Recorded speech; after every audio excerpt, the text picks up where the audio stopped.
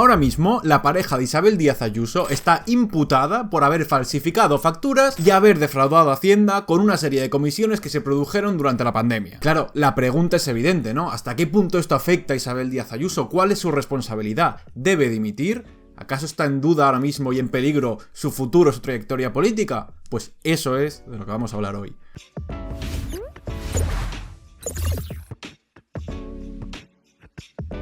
Como siempre te recuerdo que me puedes seguir en mis redes sociales personales, que hablo un poco de todo, pero seguramente haga algo más de contenido diario. Estos días estoy menos activo, estoy muy liado con temas del máster, estoy haciendo prácticas, estoy haciendo 80.000 cosas, pero tranquilos que de cara a estas elecciones que vienen ahora, europeas, vascas, catalanas, pues tendremos una serie de contenido adaptado, diario y de mejor calidad. Volviendo al tema del vídeo, ¿no? Hace unas semanas se conocía el caso del exministro Ábalos, todo el debate giró en torno a su dimisión, su abandono del PSOE, su responsabilidad, hasta que de repente la Fiscalía denuncia a la pareja Isabel Díaz Ayuso por haber defraudado a Hacienda y haber falsificado una serie de facturas. Obviamente al PSOE esto le ha venido muy bien, hay quien duda, y es evidente, y es lógico también dudar de que la oportunidad, ¿no? Y el momento en el que ha salido esta noticia, porque el caso Ábalos pues ha pasado a un segundo plano y ahora es Ayuso la que está concentrando el foco mediático, ¿no? Por resumirlo de manera muy sencilla, la pareja de Ayuso durante la pandemia, a través de una empresa, gestionó el cobro de unas comisiones por la compraventa de material sanitario y a través de una serie de facturas falsificadas consiguió eludir y no pagar una serie de impuestos que le correspondían. ¿Es ilegal el hecho de cobrar comisiones siendo un particular como es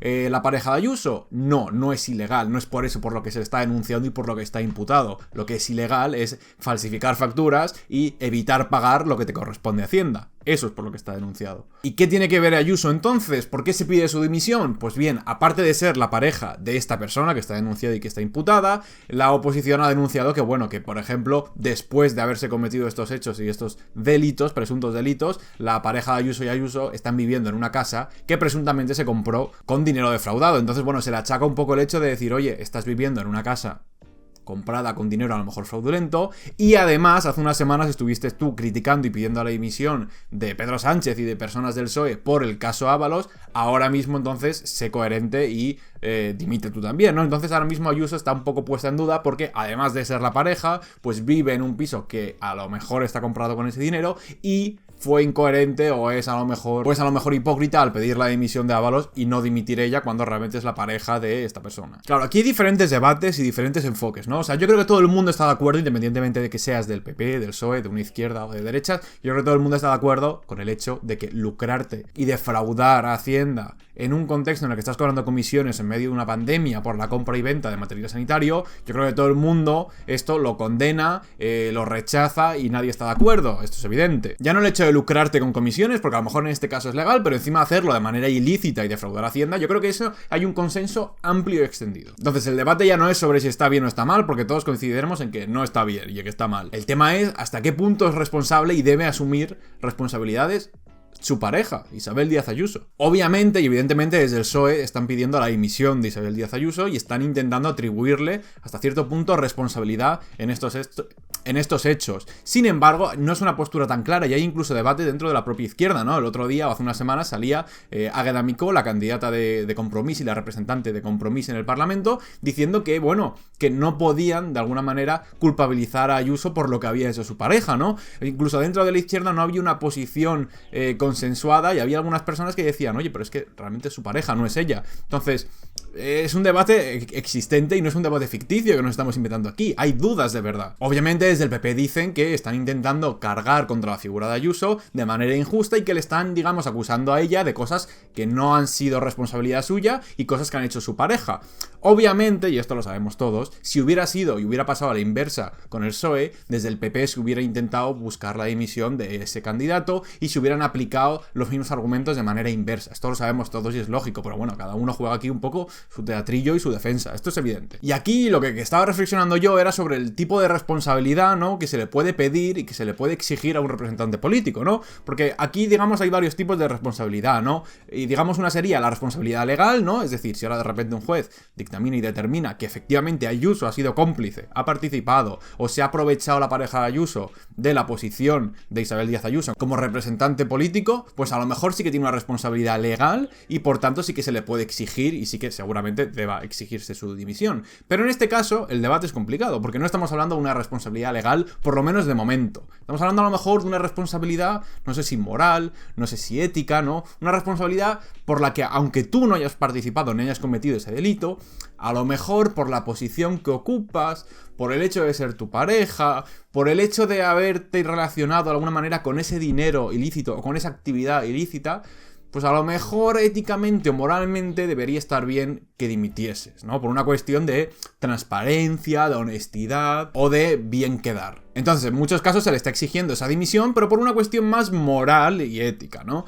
¿Cuál es el problema? Que este tipo de dimisiones morales, ¿no? Ese tipo de dimisiones que todo político de bien debería realizar por el hecho de la posición que ocupa, este tipo de dimisiones es muy fácil pedirlas cuando estás en la oposición y cuando se lo pides a otro partido. Pero obviamente cualquier partido cuando está en el gobierno, cuando está en el poder, pues nunca va a aceptar este tipo de dimisiones, a no ser que sea un caso flagrante y que tenga algún tipo de responsabilidad legal o penal. Entonces es muy fácil pedir la dimisión cuando estás en la oposición y cuando no tienes tú el poder, pero obviamente cuando tú ese mismo partido que a lo mejor ahora pide la dimisión, le acusan y le piden ese mismo tipo de responsabilidad, pues siempre puede utilizar los argumentos de, bueno, es que técnicamente, legalmente no ha hecho nada, no me puedes pedir que dimita. Y esto pues ha pasado, por ejemplo, como pasó con el caso Ábalos, ¿no? Seguramente desde el PP pedían la dimisión pues de Pedro Sánchez o de personas ligadas a Ábalos y ligadas al PSOE, porque aunque a lo mejor no tenían una responsabilidad legal, pues sí que eran en parte responsables por el hecho de, bueno, haber colocado a Ábalos o haber confiado en una persona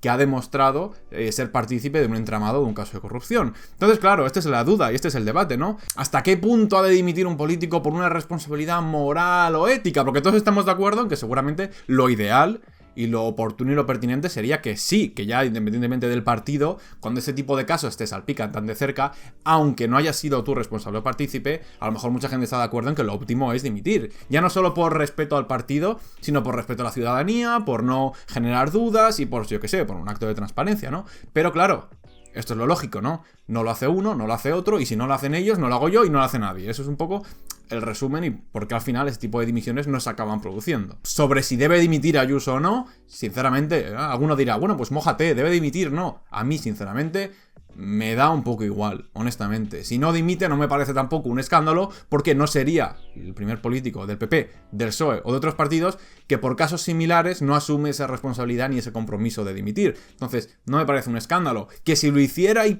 que podría hacerlo y estaría mínimamente justificado y quedaría bien y estaría muy bien, sí, seguramente sí. Que sería lo óptimo si todos los políticos hicieran este tipo de dimisiones ante este tipo de casos, sí. Pero tampoco me parece una cosa muy grave, porque de momento no se le ha imputado o no se ha visto comprometida la figura de Ayuso. Claro, la pregunta y el otro debate, ¿no?, sobre que titula y que sobre el que se basa este vídeo es sobre si esto afecta a la carrera política de Ayuso, ¿no? Porque al final, de alguna manera, injusta o no, justa o no, está manchando y está afectando directamente a la imagen de Isabel Díaz Ayuso, ¿no? Esto puede afectar a lo mejor de cara a las próximas elecciones, de cara a su liderazgo en el PP, que es el paso lógico que dará en los próximos años. Pues es una buena pregunta. Yo sostengo ahora mismo que la tesis y mi idea es que no le va a afectar. Primero, precisamente porque a veces es paradójico, pero este tipo de casos no hacen más que reforzar en el electorado de derechas a lo mejor este tipo de figuras, ¿no? Si este tipo de acusaciones hacia la figura de Ayuso se perciben desde el electorado conservador como un ataque hacia su persona, como una caza de brujas, pues a lo mejor puede reforzar el liderazgo de esa persona entre sus votantes o entre los votantes más conservadores. Y esto no solo pasa entre la gente de derechas, ¿no? Pasó también, por ejemplo, con el caso de Pablo Iglesias, ¿no? Durante muchos años se le estuvo acusando, por poner un ejemplo, ¿no? Se le estuvo acusando y estuvo en varios procesos judiciales que demostraron ser falsos, y entonces reforzaron un poco esa idea entre el electorado de Podemos o el electorado progresista de, bueno, si van a por él, si están intentando mancharle y están intentando ir judicialmente a por él, quiere decir que a lo mejor es porque de verdad representa un peligro, es porque temen algo, ¿no? Una de las tesis era, oye, si tanto les molesta a Pablo Iglesias es porque de verdad supone una amenaza para el poder. Pues esa misma lógica se puede trasladar a Ayuso y se puede pensar, oye,